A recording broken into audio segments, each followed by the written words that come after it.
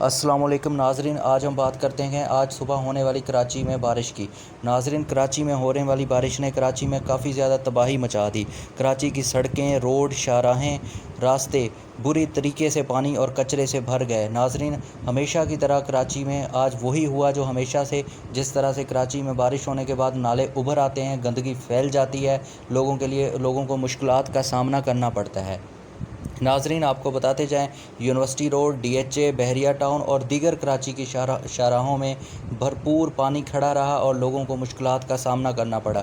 ناظرین، دوسری طرف آپ کو بتاتے جائیں کہ بہت سارے پولز میں کرنٹ آ گیا، جس کی وجہ سے کافی لوگوں کو کرنٹ بھی لگا اور ایک شخص کی کرنٹ کی وجہ سے ڈیتھ ہو گئی۔ ناظرین، کراچی میں بجلی کا نظام بھی سارا دن دھرم بھرم رہا تو کافی زیادہ نالے ابھر گئے، جبکہ انتظامیہ کی طرف سے تاحال کوئی کارکردگی سامنے نہیں آئی۔ لہٰذا آپ کو بتاتے چلیں کہ آج کے دن میں کراچی کے اندر کے الیکٹرک کے 200 جو فیڈرز ہیں وہ جواب دے گئے۔ بجلی بحال ہونے میں کافی زیادہ ٹائم لگ چکا ہے، ابھی تک پوری طرح بجلی بحال نہیں ہوئی۔